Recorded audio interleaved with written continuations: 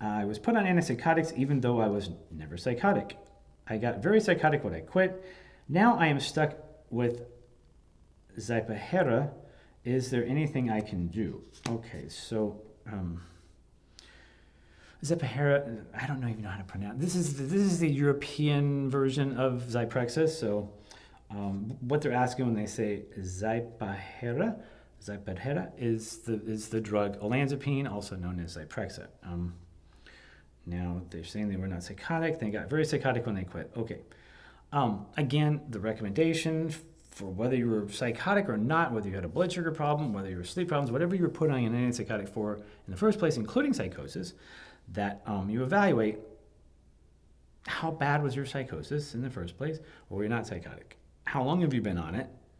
And basically, how high on the roof are you? Are you 2 stories up or are you 10 stories up? And how are you going to jump? Or how are you going to walk down the stairs? Basically. And so number one, you do taper slowly. If you're in that high risk category, you taper even slower. If you've only been on it for 3 days, do you need to taper? No, right? So anywhere in between. But you're saying that you got very psychotic when you quit. I'm assuming you quit, right? That's what I'm getting out of this question. I don't know, over in Europe, they have more time off than we do. Maybe set this time aside a little differently than you have.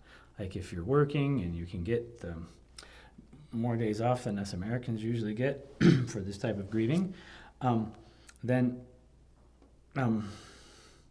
set aside a space and time to be able to start this process and to see how it starts feeling. So if you're taking 20 milligrams, let's say you drop down to 15 or 17.5, or if you're on 10, maybe drop down to 7.5, Like if you're on 10, I wouldn't go any farther than quarters, 25% drop. If you're at the higher, I wouldn't go more than 25% overall, just as a blanket statement, which is not true for everybody, but it's just a guideline. And reduce that, see how you do.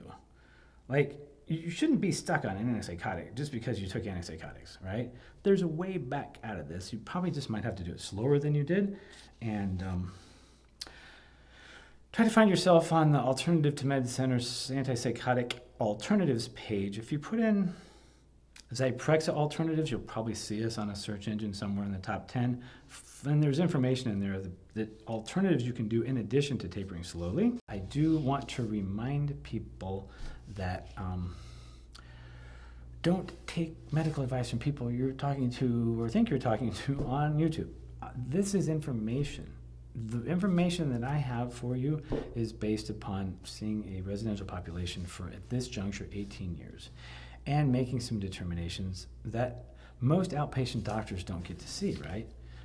Somebody prescribing, come back in 2 weeks. They don't know what water you've been drinking, what person you had an argument with or whatever. And by and large, we've controlled a lot of variables around that to focus in some really good information, but still, we don't know who you are as where your life has been and what is really real or true for you. Only you knew that. And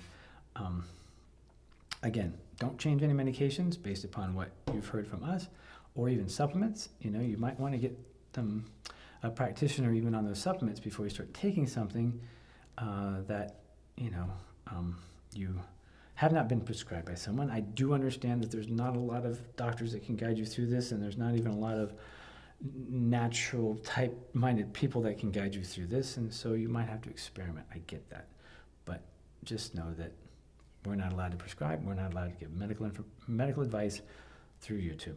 All right, thank you. Have a very nice day or evening, and hope to see you on the next video.